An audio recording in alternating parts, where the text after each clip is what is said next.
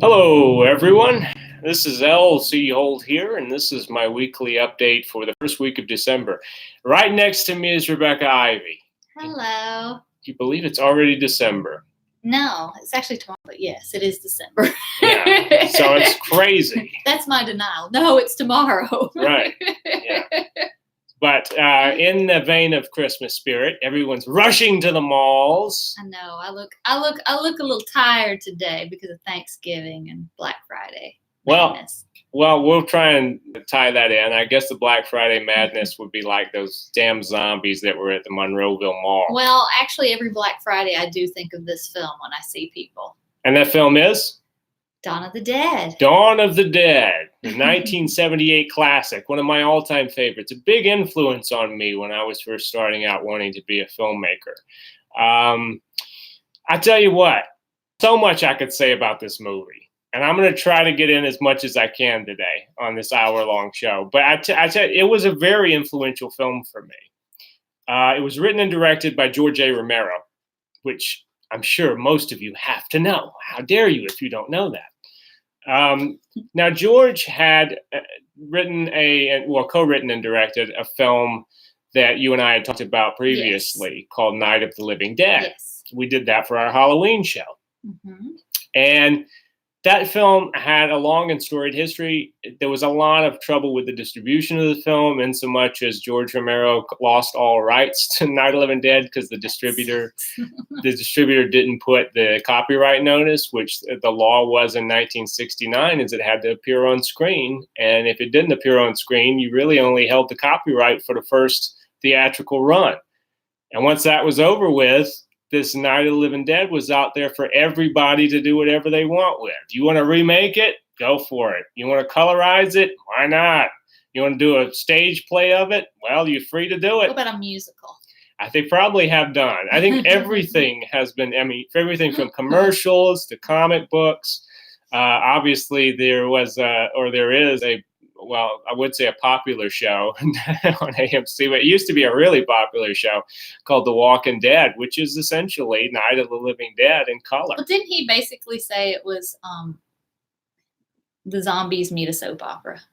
Yeah, are you talking about his film? No, what he felt about Walking Dead. Oh, The Walking Dead. Yeah, he wasn't a huge fan of it, but I can kind of understand. They tried to get him to direct an episode of it, George Romero we're talking about. But he never did before he passed away. Sadly, that was a very sad day for me because, as I said, George was such a big influence on me. But let's jump back to the early 1970s. After Night of the Living Dead came out, became this huge hit, and remained a huge hit even to this day, George went on and decided he was going to try other movies. The first thing he did afterwards was a film called There's Always Vanilla. It was a dramatic film made in the style of late 60s, early 70s, people struggling with life, kind of a hippie culture, trying to find your place in the world, an Easy Rider sort of thing. No one went to see it. It was not, and Romero has said it was not a very pleasurable experience to make either, because he was working from someone else's script, and apparently that person stopped writing halfway through filming. They didn't have a full script, and so he had to sort of cobble it all together. So he has said many times that he does not have fond memories of There's Always Vanilla. And then after that, he did a number of other films. He did a movie this movie has a number of titles, but he did Jack's Wife, Hungry Wives. It's most commonly known as Season of the Witch. Mm-hmm. Personally, I really like the movie. Romero said that if there's any movie of his he would like to personally remake, it would be Jack's Wife, I think was his preferred title. They called it Season of the Witch because they got a hold of the Donovan song and played it in the movie, and called the movie Season of the Witch, and the movie's about a witch. So, But anyway, it was a pretty good movie. I would like to see George's remake of it. That's not going to happen, sadly. I would like to remake that movie. I could see a very interesting way you could remake Jack's Wife. But again, it was not a successful film. Then he did The Crazies. And The Crazies was sort of like Night of the Living Dead. And I think they tried to go down that road, and I kind of like The Crazies. It Mm-hmm. has some stuff in it that's, the production design sometimes isn't great. Some of the acting is kind of clunky. It's not the greatest George Romero movie, but personally, I kind of dig it. Yeah. And then, but again, not a success. By the end of this string of kind of flops, which I even hate to use it, but they were all kind of flops. George was just making industrial films again because he was in such debt from having all of these commitments financially to these film productions that fell apart or weren't well distributed or didn't make any money, that he pretty much had to kind of go back to doing what he did before, which was making industrial films and commercials and stuff like that. And he had this company called The Latent Image. Then he met a fellow named Richard P. Rubenstein. And this, I think, was a partnership made in heaven or hell, depending on how you want to look at it, but a good kind of hell.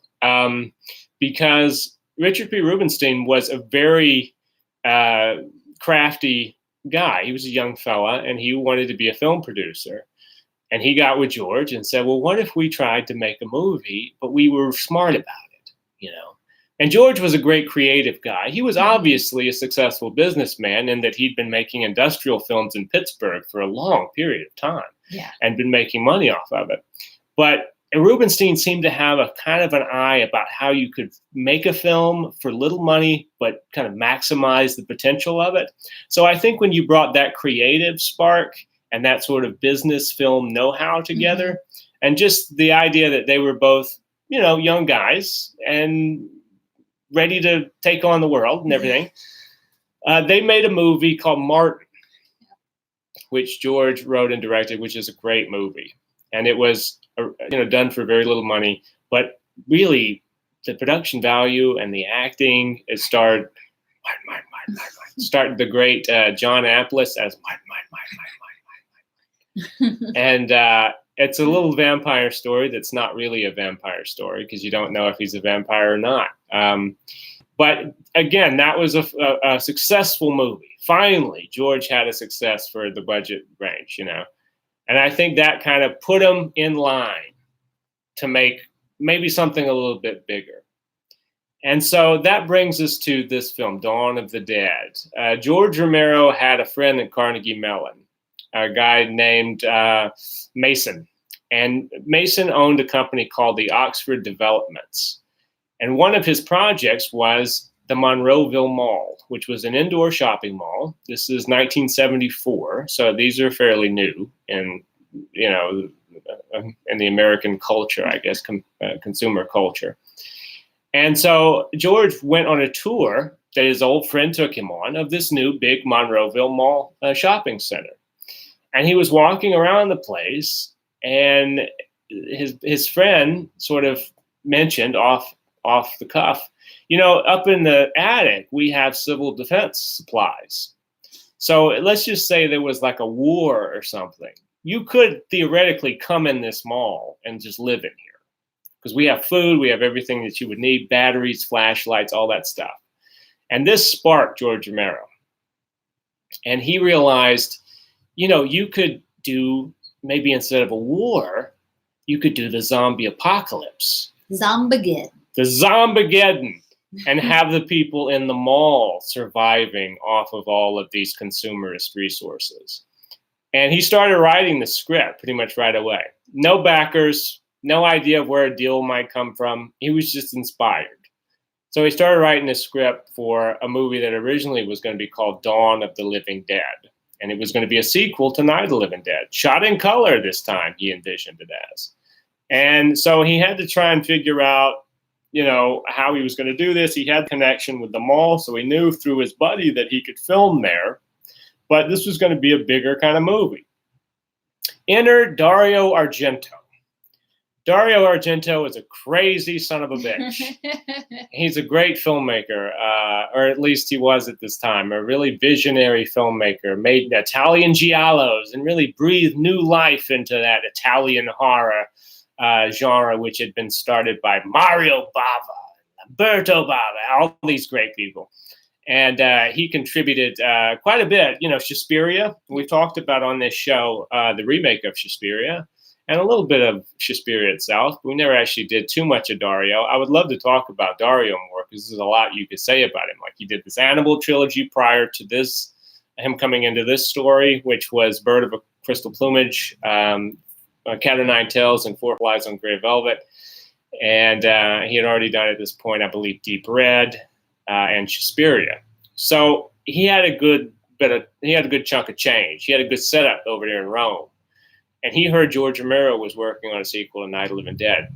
And the script wasn't even finished yet. And he told George, he got in contact with him and said, you know, I would be interested maybe in doing this review. You know, it sounds more Russian than Italian, but bear with me. And so he said, you come here, you come to Rome, you write film, you write script here. And so George and his wife, Christine, were flown by Dario Argento over to Rome, put up in an apartment. And the deal was, when George finished the script, that Dario would provide half of the funding for the final film. And then the American guys would provide the other half. And they kind of thought, with Rubenstein at the helm, they kind of came up with this idea, well, what if we could get your buddy at Oxford Developments? Maybe we're going to film at his place. Let's see if he would throw in a chunk of change, and maybe some other people. So they were pretty sure they could scrap together their half. So it just now came to him finishing the script. And Dario would have him over to dinner, and they would talk about like plot ideas and developments and characters, and they'd throw it back and forth. And apparently Dario's English at that time wasn't great. So it was a lot of, you know, like sign language sort of, you know, gestures and things. But they could communicate well enough, you know, to talk about the script. And Romero finished the script there in Rome. And then, you know, of course, you have to go into the whole process of casting it, because now you got the money. Because the Oxford people were like, yeah, you want to shoot at our place? We'll throw in some dough and you can shoot here. Romero later said there's no way he could have made this movie if he didn't have the inn at the Monroeville Mall. Like, there's no way you would just, who else is, other than your friend, is going to let you come into their mall and shoot a crazy ass movie with the pagans riding bikes around? I mean, it's just crazy stuff. I would not, as any sort of like a filmmaker or producer, I would never have the gumption to say, hey, excuse me, can I get a pagan motorcycle gang to come in here and ride around in your place? You know, but they threw it out there and they let them do it. A lot of the casting was done in both Pittsburgh and New York. And we'll talk about some of these people who were cast. It's a smaller cast than Night of the Living Dead. It's essentially 4 people, you know. You had kind of the main guy was, well, there's not really a main guy. It's an ensemble. We'll talk about Ken Faree first. Ken Faree was an actor living in New York, really tall guy. And, you know, he was an African-American fellow. And so there was obviously that sort of comparison of Dwayne Jones as Ben in Night of the Living Dead. Romero was like, we weren't trying to get a Dwayne Jones type. It just happened that Ken Faree was African-American and that he was the best person for the role. But when you watch the movie, you can't help but think a little bit of Dwayne Jones as Ben, because Ken Faree has that same kind of power on screen as Dwayne Jones did. In fact, Ken Faree said that once he got hired, he actually knew Dwayne Jones. And he said, yeah, guess what? I'm going to be starring in the sequel to Night of the Living Dead. And Dwayne Jones said, oh, well, that's great. Say hello to George for me or whatever, you know. So they kind of knew each other in life. So it's a neat little connection. Now, Scott Reinecker was the exact opposite of Ken Faree. Ken Faree was a big, tall guy. He looked like he was on the SWAT team. Scott Reinecker, I think, is about 5'4". No, he's very short. He's a short guy. But he has a great look and a great presence and a great voice. He has that sort of Al Pacino quality of a small man with a big presence, you know. And he's really good in the movie. As Roger. And Roger is a little off balance. He's got little man syndrome, I think. Yeah. You know, he thinks he's a big tough guy and maybe he should just back off. You know, Roger needs to take it down about 50% in some of the. Just, you better calm down, as Dwayne Jones says. That's right. Yeah, that's right. And smacks him in the face. That'd have been great if that had happened. That's right. Galen Ross. Yes. Let's talk about Galen Ross. She was the most inexperienced of the cast. And she was hired because she lied on her resume. No, she said she had had all this experience, and she really had done nothing before. She lied. She totally lied. And she got the job, though. It worked, and so immediately she started taking acting classes. So kids, don't lie on your resume. Regular folks, they find out, they fire you. Yeah, and they might take you up on some of these things you say you can do. It's like why you don't. If you get like a job somewhere and they say, "Are you bilingual?" You better be bilingual because someone might come in and they say, "Hey, you speak Spanish? Go over there." Well, Gayleen Ross, I don't know if she spoke Spanish or not, but she certainly wasn't an actress at this point. So she started taking classes, and she does a really good job in the movie. I would have never guessed it. She's and she is the female lead. George was already starting to feel a little bit of the burn from the way he portrayed Barbara in Night of the Living Dead. And he had this idea that maybe I would have a more, he wanted to have a little bit more of a stronger female lead without putting too fine a point on it. Yeah. And in fact, Gayleen helped that. She helped to accentuate that because there were times in this movie when George would tell her to scream or run away and stuff, and she would just say, "I'm not going to do it." So she kind of forced him to get even more into this whole thing. There's one scene we'll talk about. She says, "You know who I am. Look at my resume." That's right. You're talking to Gayleen Ross, the next Meryl Streep, maybe. But the fourth lead is David M.G. Great. I was doing a convention up somewhere, I think in New Jersey or something, and I met this guy, and we were talking. And this wasn't even at the convention. This was like at a restaurant. And I was talking to this guy. And he said, "What are you in town for?" I said, "A horror convention." And I had to go through the whole thing. And as an actor, you're next, VHS2 and all this. And he was talking about, "Oh yeah, I know. You know that movie Dawn of the Dead?" And I'm like, "Of course I know Dawn of the Dead." He's like, "I worked with one of the guys that was in that movie." And I said, "Who?" He said, "David M.G." And I was like, "Well, that's a small fucking world." And he said, "Well, David M.G. is, apparently gone on to become quite a successful businessman."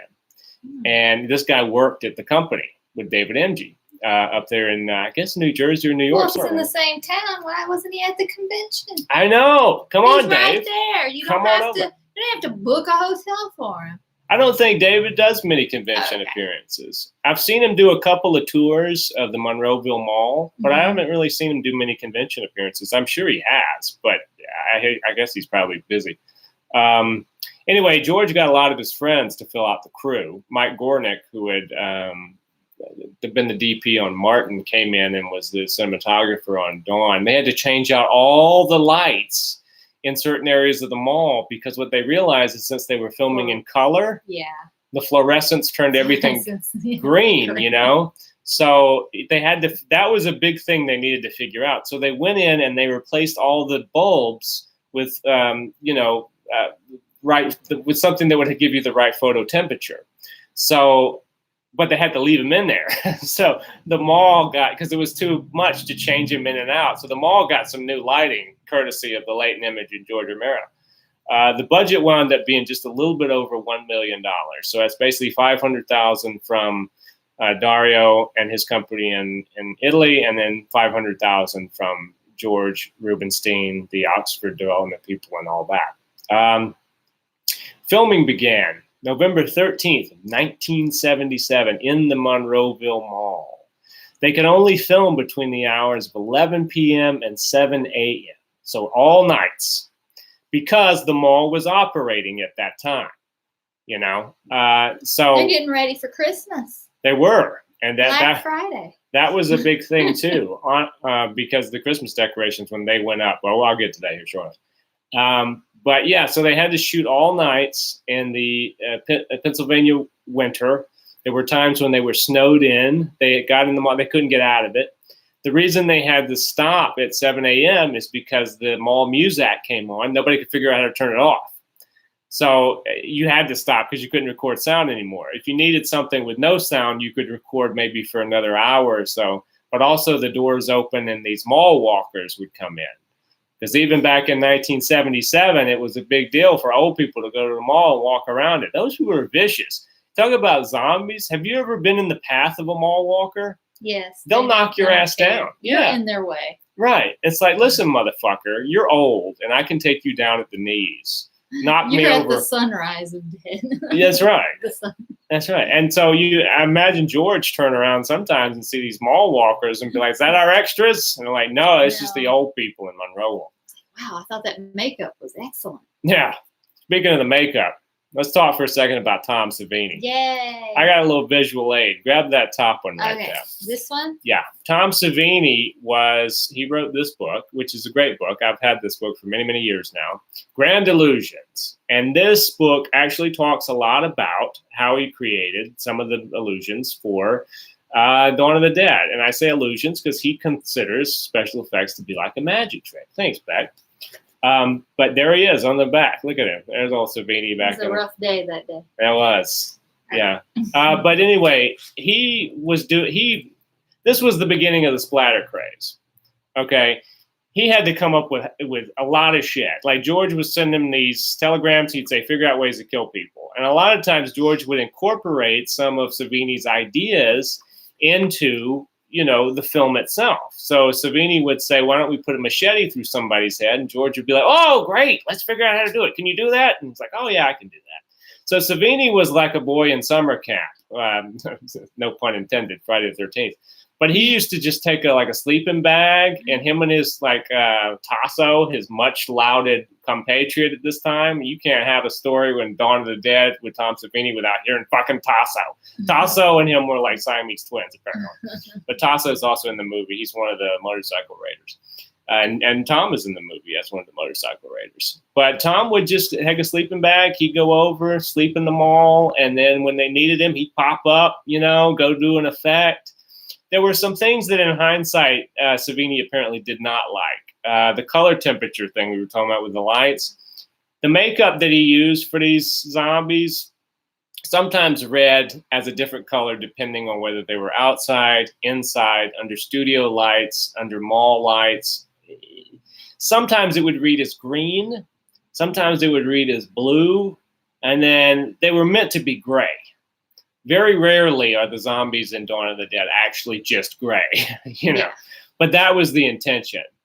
And Savini also wasn't yet using the Dick Smith version of blood. He wasn't making his own blood. He was buying it from the 3M company, which is kind of weird. The 3M company, they made blood apparently at this point, fake stage blood.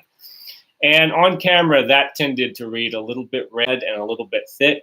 And it looked like, as he has said many times, melted crayon. Romero has said later he kind of likes the garish makeup of the zombies, the phony looking blood, because in his opinion, it creates sort of a comic book mystique. Mm-hmm. It gives the movie that sort of added action, adventure, fun, romp through a mall type thing. Because originally, George wrote this to be darker. It was meant to be more like Night. Yeah. But then when you were shooting in color and you were in a mall, and again, this is a real mall. So the colors that you see were the colors that were there, and malls tend to be somewhat colorful, because you're trying to get consumers into your store to buy your shit. So it created like a bright, colorful look, which wasn't really what George had in mind, but he kind of went with it. I was going to ask a question, like when you're saying all the colors, it made me think, how often a mall changes out its window dressings and signs. How did they handle set dressing? They had to be very crafty. And you were talking about the Christmas stuff.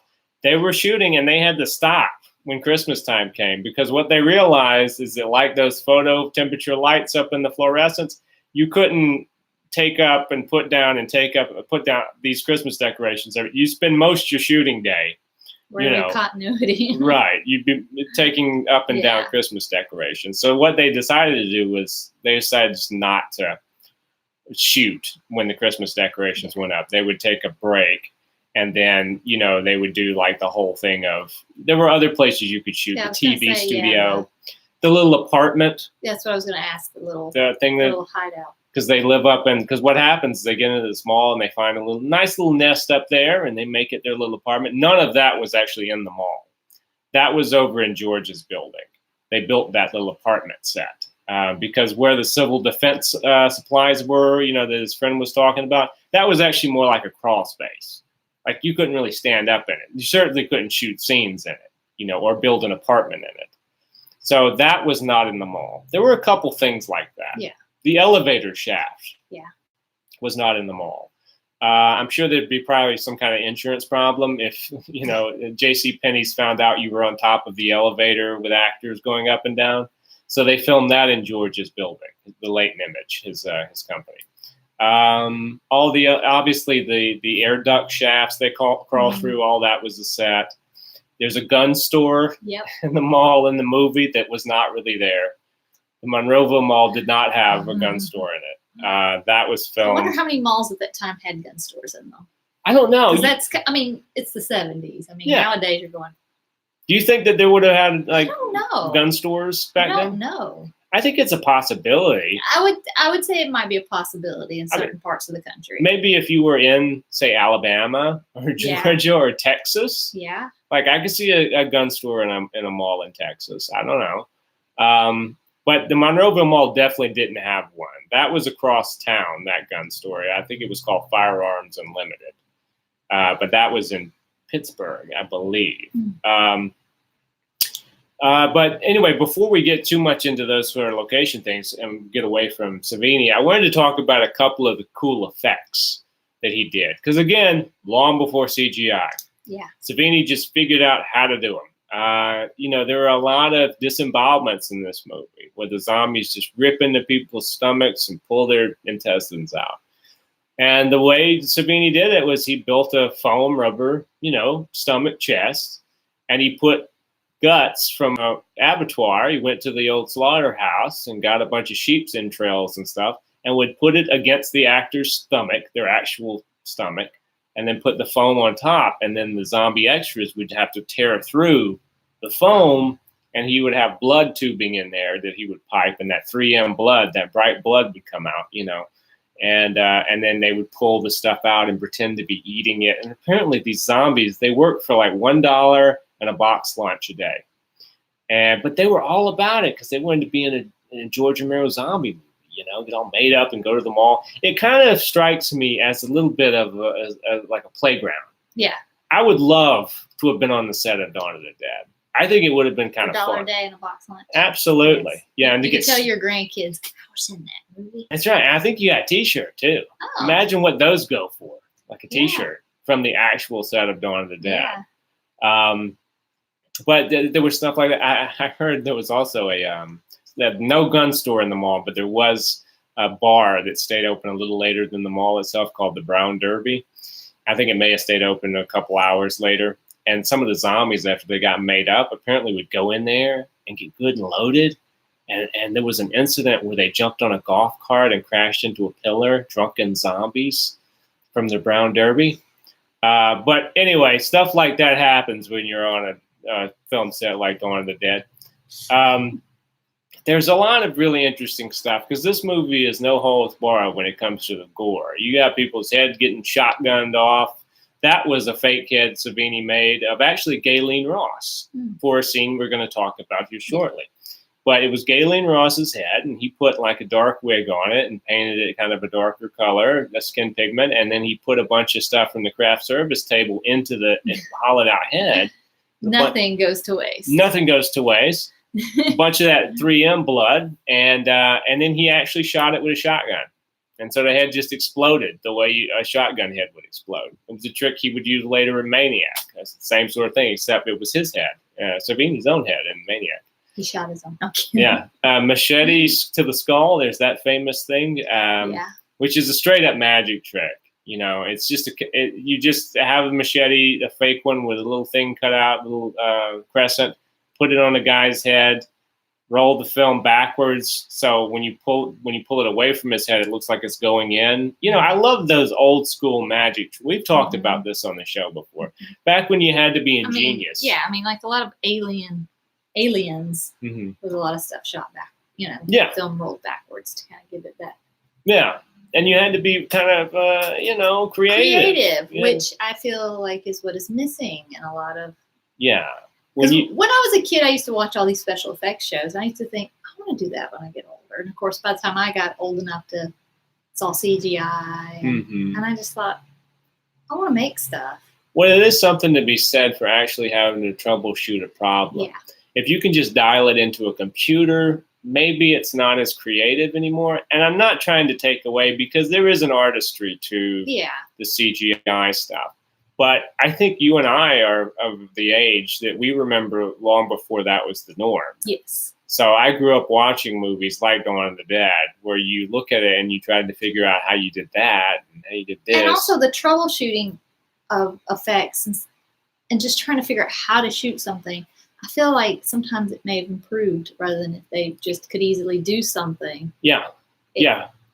Because maybe if you couldn't do something, say, you had to come up with something more clever. You had to be creative about it. Nowadays, you can there's nothing you can't do, basically, if you have enough money. I mean, obviously, if you're like Bob in the backyard, you still have to be creative. Yeah.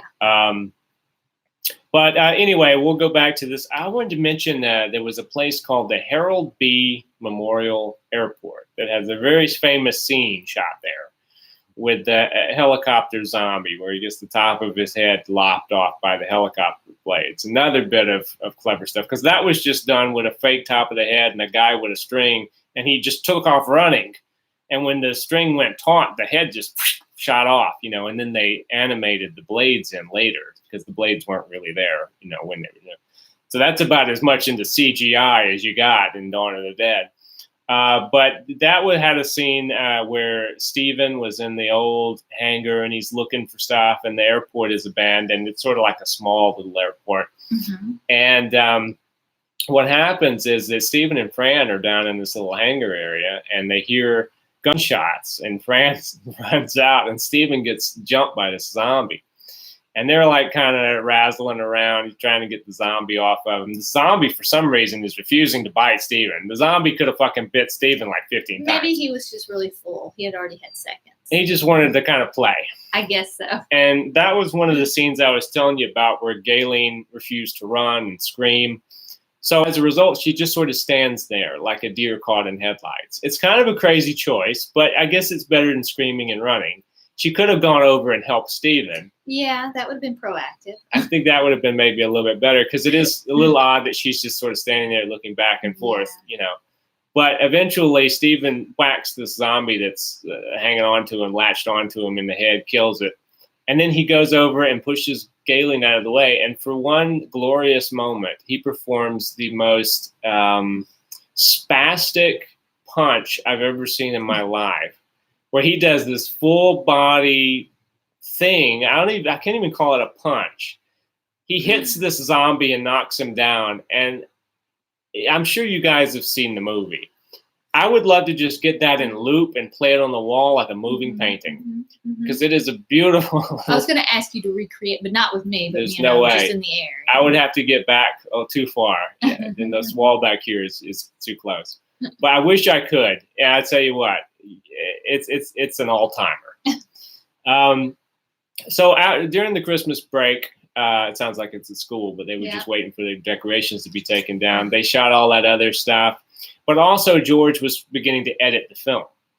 So he was taking the opportunity to see, what they had so far. He edited about 45 minutes of the movie during the break. And they'd gotten a lot of stuff, like a lot of the story stuff was nailed down. So much so that when they went back to shoot again, which they resumed shooting in January of 1978, they were pretty much just improvising a lot of stuff. Like they came up with this weird pie fight, and it's just like they kind of had the material they needed to tell the story. So if they needed to just stop for some reason, they could stop and edit the movie together. But it's kind of interesting. They came up with all these other things that they could add into the movie, and I think that gave it a lot of color as well. George used to shoot, and Mike Gornick, his DP, used to say this about him. He used to shoot in the, I think he called it cover your ass style. That's what Romero said. And it was a style that he had sort of come up with while he was doing all these industrial films, Night of the Living Dead, and the other ones that I was talking about, The Crazies and Jack's Wife and stuff. It was a very locked off camera. So the camera was usually on sticks, but he would shoot every possible angle of everything. Get a close-up of this, really close on that, wide shot here, get all these different shots, coverage of the dialogue. And what that did in editing, because George edited his own movies, was it allowed him to cut the scene however he wanted to. Yeah. He could cut huge chunks out of the scene. He could rearrange the dialogue. But it created a style that was interesting because all the energy in the movie doesn't come from camera movement, really. From the cutting. It comes from the cutting. And I've never seen anybody else shoot or edit a film like that. It's a very Romero-esque thing. I mean, I've seen people do it in sort of a lesser degree, but Romero does it hardcore, you know. Yeah. I mean, that's pretty much every scene. And I think some people criticized him for that, saying there's too many cuts. It's just too choppy looking. I personally don't mind it. I thought it was a neat thing. And in some of his later stuff where he did start to use more economic camera moves and, you know, it was more like a classical filmmaking type thing. I kind of missed that. Yeah. You know, you get to like Creepshow and that starts to go away a little bit. But by the time you get to Day of the Dead, you know, the movie, and that wasn't edited by Romero, but the movies start to have a little bit more of a traditional look and shooting style. I mean, this still has the Romero signature in the writing if he wrote it, or even without the writing, just in how it's staged and stuff. But and the themes. And this might be a good idea to talk about the theme. I think this movie has a very strong allegorical message. You know, you have the idea of consumerism, and these people have come into this mall, they've commandeered it, and they have everything at their disposal. You have furniture, you have clothes, you have guns, you have a bank in there, so you got money even though there's no reason to spend it. I mean, the world is over, you know. You have everything that you could possibly need, plenty of food. And then once you took all the zombies and stuck them over in the walk-in freezer, you don't have any mess anymore, so you can just wander around. And the idea is that as they live in this place, they start to become bored, complacent, because you have everything. And now it's like, well, what now? You know, and then you just see them later in the movie when they're living in their apartment. They have no more threat because they blocked off all the doors to the mall. Nobody can get in. So what do you do with your life? You know, and it's an interesting idea. It's a very interesting message. George was known for his social commentary. I think that's one of the things that a lot of zombie movies lack. Yes. Because the thing about George's movies, and this is not just zombie movies, it just in general, is that they tended to be about something. Yeah. And then there was this sort of entertaining horror thing on top that provided you action and a lot of fun stuff to do, and he had no problem with doing over-the-top gore and blowing things apart, and all that seemed to be kind of fun for him. But the thing that really seemed to interest George was to talk about something that was serious. And I think that there's something that can be said for the horror genre, because the horror, fantasy, sci-fi has the ability to do that. Yes. You can talk about real-life issues, and you can make them fun and entertaining as a genre story, but you can still talk about them and debate them seriously. Yes. And that's something I think that's lost. I think most people, when they make horror movies, they want to get to the gore, they want to get to the killing people. Yeah, there's like a quota. First 10 minutes, right. I better see this, this, and this. What they don't care anything about is theme, commentary, story. Characters. And that, I think, is the biggest weakness. That's why you get so much crap that comes out. Because people aren't thinking about what's the story about. At best, they're trying to figure out what's the plot going to be. A plot and a story are two different things. Yeah. A plot is, okay, she goes into that room, and then she goes here, and then she meets this person. This loose thing that connects all the gore. It's how you get somewhere. Yeah. But a story is about what's beneath all of that. It's the character. It's where they came from. It's why this is happening. It's what are you trying to really say? You know, and that is a personal pet peeve of mine. Now, for all the things you can say about Dawn of the Dead in terms of its production design, yes, they didn't have a ton of money comparably. You know, so it doesn't there are moments that you go, hey, I see a trampoline he just jumped off of, or maybe the apartment sometimes looks a little bit like a set, and stuff like that. But it's not really that big a deal, because this is what inspired me most about Dawn of the Dead when I was younger and when I first saw it and first wanted to be a filmmaker, is things seem possible. Yeah. You watch Dawn of the Dead and you go, if I had a little bit of money, I could do that. Like, I maybe could figure out how to do that the way George did. And that's one thing, I'm bringing up a subject, but, particularly in that era, you had all these guys coming out of film schools or just like, hey, I want to make a film. Mm-hmm. And they would put something together, and it was such a big cultural impact, and they became successful, and they built their companies, and it grew into this thing. And now, today, I don't really feel, well, all the corporations have bought up all these companies, like Henson, mm-hmm. Yeah, Stanley stuff, all these, George Lucas, all these guys who just started out just, I'm going to do this. An entrepreneur. Yeah. And as a kid, when you saw these guys, you thought, oh yeah, I can, this is what I want to do. I want to, they, like you said, they made you feel like anything was possible. You could do it. And in today's climate, it just feels like you can't do anything unless you're a mega corporate. It's very corporate now. Yes. And even their companies have been bought up by corporations, these big conglomerates, and it's just kind of depressing. And this affected Romero as his career went on. Yeah. I mean, Romero later, he didn't get movies produced for long periods of time. Mm-hmm. He had development deals, but they were always with big studios. And I think what happened is as he got bigger, it became harder to go back small again. Yeah. Like he almost didn't even have the ability to do that.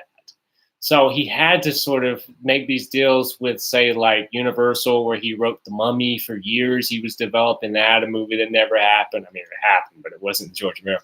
Resident Evil, which is a fucking no-brainer. You base it on his shit. This is, I think, why George was a little pissed about the whole Walking Dead thing, is you're taking my shit. George is like, I made this. I didn't create vampires. I didn't create werewolves. The fucking zombies you use are my zombies. Nobody else created those zombies. And then they would be snub. They would snub him. Yeah. Like, we're not going to, he's not successful. I'm kind of like, well, you're using his ideas. Yeah. And that, I think, was part of, I don't want to speak, I don't know. But I think maybe that was part of his irritation with some of this stuff. I mean, you have the fact that he doesn't make any money off of Night of the Living Dead, which is a fucking travesty. Yeah. It's horrible.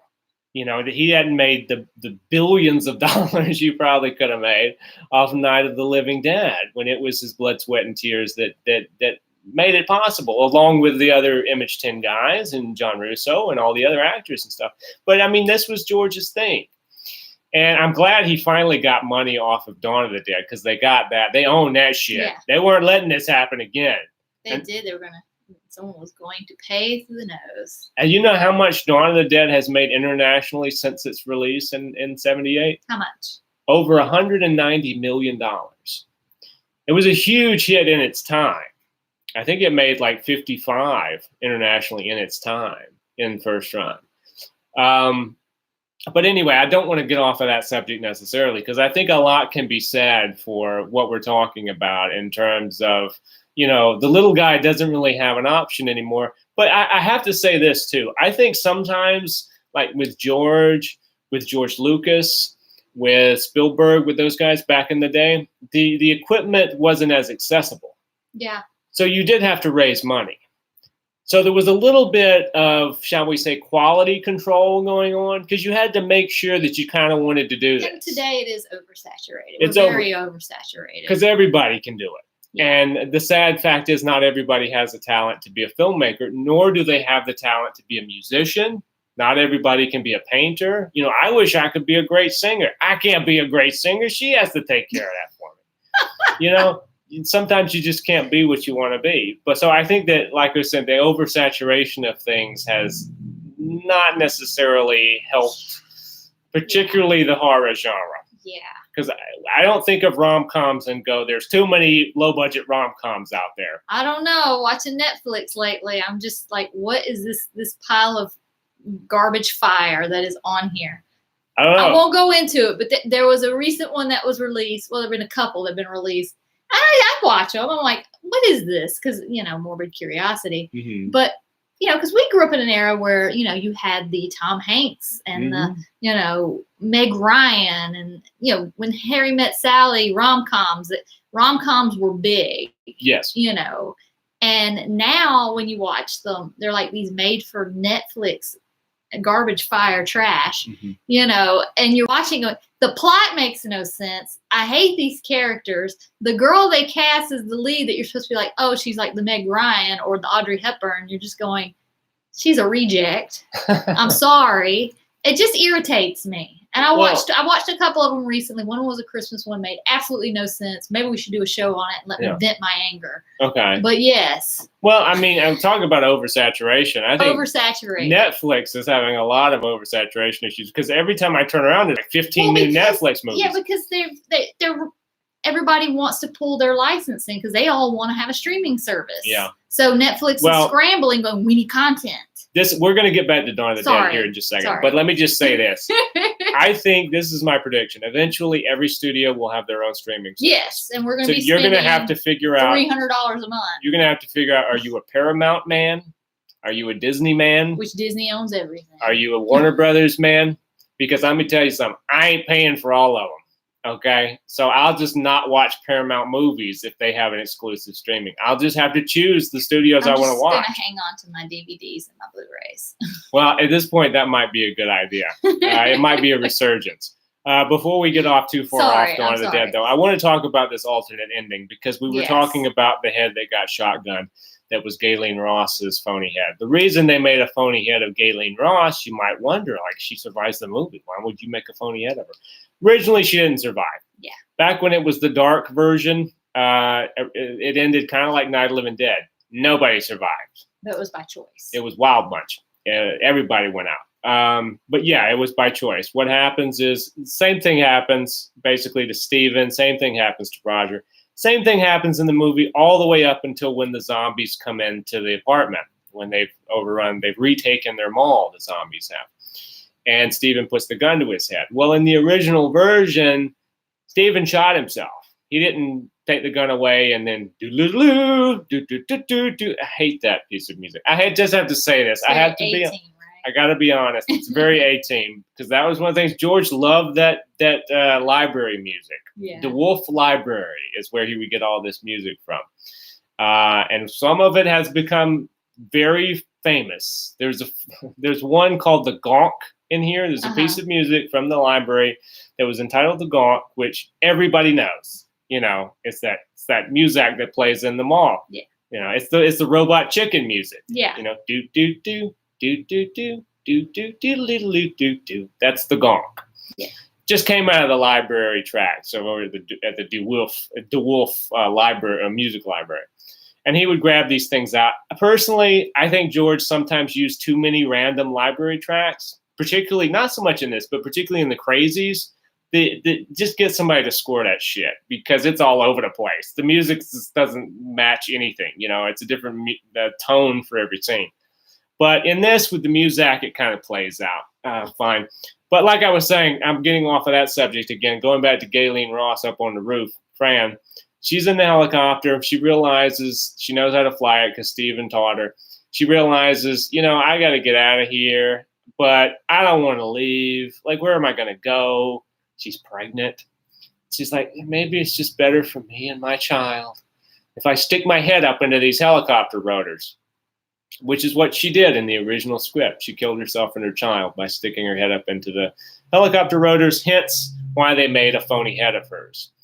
George was shooting the movie, realized the tone had changed so much into this action-adventure comic book thing that to do a depressing ending just wouldn't do.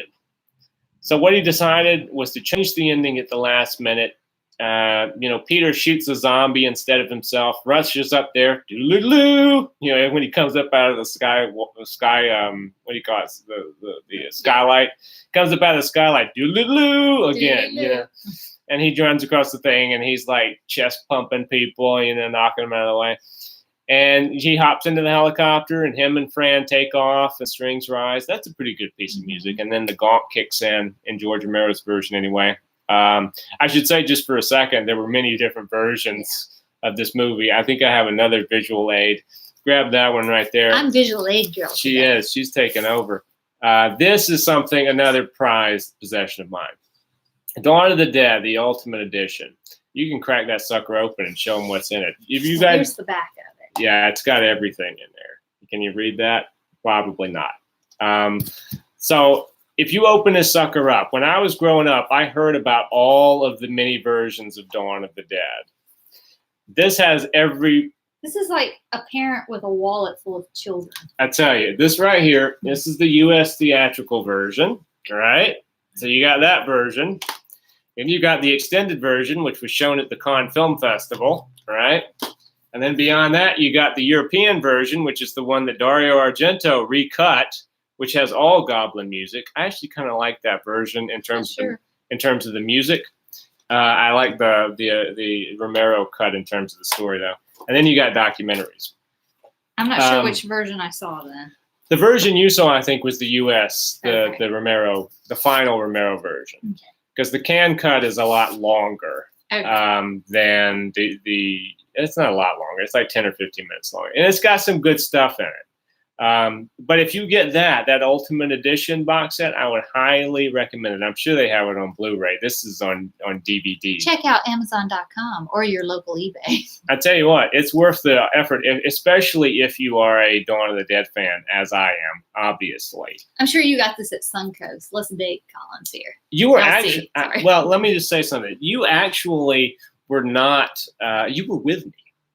You don't remember this. I don't remember this. I got that at Best Buy. Best Buy. Mm-hmm. Oh, this is okay. Right around the time the remake came out. Okay, yeah. In 2004. Yeah. I got that at the Best Buy. Okay. You and I think, were fresh out of college. Yeah. And that kind of segues perfectly into talking a little bit, I guess, about this remake, which came out in 2004. The remake was directed by Zack Snyder, who went on to Watchmen fame, Man of Steel fame. Well, I'm not going to say Justice League because they took it away from him. But, everything up into Justice League. Yeah. And Sucker Punch and all that stuff. It was written by James Gunn, who himself is quite famous now. The Guardians of the Galaxy guy. Yeah. This was the first time I'd ever heard of Zack Snyder or James Gunn. Mm-hmm. James Gunn wrote the screenplay. Schneider directed. Dawn of the Dead, 2004. And it had some cameos from Ken Faree was in it. Mm-hmm. Scott Reinecker was in it. Savini was in it. Galen Ross wasn't in that. But if you look in the background in one of the scenes, there's a storefront, and it's I think it's a maternity store. Like, our character was pregnant, and a character in the remake is pregnant too. And it's called Galen Ross. The store is called Galen Ross. So that's as close as you're going to get to Galen Ross being in this. They found out she lied on her resume. Right. No, you're not. David MG was the only one that had no mention in that. And let me just say this. David MG is, I still think, one of my favorite zombies of all time. When he turns into a zombie, because spoilers, Steven turns into a zombie. He is, George Romero said when he first saw what he was going to do with it, like with the body language, he was like, "Oh, King Zombie, man," because that's kind of how I think as well of Steven, where he's all kind of twisted up and his this and he's walking. And the best part is, he was trying to shoot the zombies when they were attacking him, and he pushed them out of the thing, but they bit him all up, and he died in the elevator and became a zombie. When he comes out of the zombie, and for the rest of the time you see him, he still has the gun on his finger. Yeah. Which I love. I think that's a great touch. Like, Steven's walking around, he still has the gun hanging from his finger, but he just doesn't know how to use it yet. Anymore, rather. But one thing he does know is where that apartment is. That's right. Because here we're starting to get into the progression of the zombie. Which, when we do our Day of the Dead show, we'll talk about that more, because that really comes into play. But here we're starting to see that some of the zombies seem to have a little more sort of, I don't know, is intelligence the right word? Some sort of an instinct. Well, you kind of wonder, why are they all in the mall? Yes, well, and that part of it. And he says at one point, remember, he says this was an important place in their lives. Yeah. They don't know why they want to be here. They just know they want to be here, and so they keep coming back, and they're just wandering around trying to get in. And Steven, I guess, knows that he wants to go back because he was trying to get back to his friends when he died. So I guess when he woke up as a zombie, some little part of him thought, well, I got to get back to my friends. Of course, now I'm going to eat them. And he takes the zombies right to that wall that they put up, and crashes through it, and they all flood up into the apartment, and hence the ending. Doo-doo-doo. And but anyway, what I was trying to say there before I went off on the King Zombie Man was that David M.G. wasn't in the remake. Look, the remake, what can I say? I mean, I don't hate it. And you know how I feel about remakes. At this point, I wasn't really to that point with remakes because this was early in the remake fad. Yeah. This was one of the first ones, kind of, sort of this new wave anyway. Remakes have actually been around for a long time, but now it's like remake hell. Everything is reboot, remake. Yeah. But what is that? That it's like a meme of the movie theater sign, what's playing, and they're like, what is this, 1987 or something? Yeah, pretty much. I mean, that's essentially it. Eventually, we're going to get over the fact that good movies were made in the 70s, but we need to make good movies now. Anyway, so what I was going to say is that in the Dawn of the Dead remake, you have more characters. Yeah. You don't have any of the social commentary. They are in a mall, but there's not really much made of it other than the fact it's kind of cool we're in here. Yeah. You have a woman who's pregnant, like Fran was, but in the remake, the baby dies inside of her and comes out. Now, I remember I was driving to a film location back when me and Adam Wingard were just a couple of bums, and Adam had a girlfriend, and now I'm still a bum, and he's a big-time movie director. But Adam had a girlfriend at the time, and she was trying to convince me and Wingard that in the original one, the baby burst out of Fran's stomach. And I was like, I've seen that movie 150 times. I can guarantee you, no version, there are many versions of Dawn of the Dead, 1978. In no version does a baby burst out of Fran's stomach. Maybe she was thinking of Alien. Maybe so, I don't know. But Wingard and I spent the entire trip driving up to Birmingham, Alabama, trying to convince her that there's no version in this fucking movie that has that in it. But she thought that there was in the original. That was a Zack Snyder, James Gunn creation. Not a bad one. The one I think probably the most I don't know, what would you say, derisive change was the fact that they run. Yeah, I didn't. I mean, they run. Yeah. It's a little They're weird. They're marathoners now. Yeah. You can kind of understand in 28 Days Later why they run, because they're not dead. They're just really pissed off. Yeah. They're infected with anger. In this movie, they're dead. So they're really bendy for. Yeah, they're pretty agile for some dead people. It's kind of scary, I guess, in the fact that they could outrun you. Like you could maybe not get away from them on foot. Yeah. But I think when you had the Romero deal of there's a lot of them, there's still a threat. Especially if you're in a confined space. Yeah. They could get you very easily. I have to agree with George on this. I got to go with the slow-moving zombies. 28 days later, if they're just really, really pissed, they can run. Mm-hmm. But if you're dead, I think you should probably do a little shamble. Yeah, because, obviously your brain is not functioning at full power. Right. Yeah, if you could run, why can't you talk or say something or, do something else? You obviously have enough cognitive ability to have motor functions. Mm-hmm. These zombies in Romero's don't really have motor functions. They have some cognitive abilities. Some seem to have more than others. Like, again, going back to the smart zombie thing, there's one in this movie, and this is, I think, maybe a precursor to Bub. Yeah, and the next one, where you have the guy that early in the film, Roger has to give up his assault rifle because the zombie has a hold of it. And so, Peter says, just let it go. And so the zombie takes it with him and is sort of looking. And the whole time throughout the movie, you see the zombie, he's still holding Roger's gun. He doesn't know how to fire it. He can't figure that part out, but he's looking at it and he's trying to, this looks familiar to him.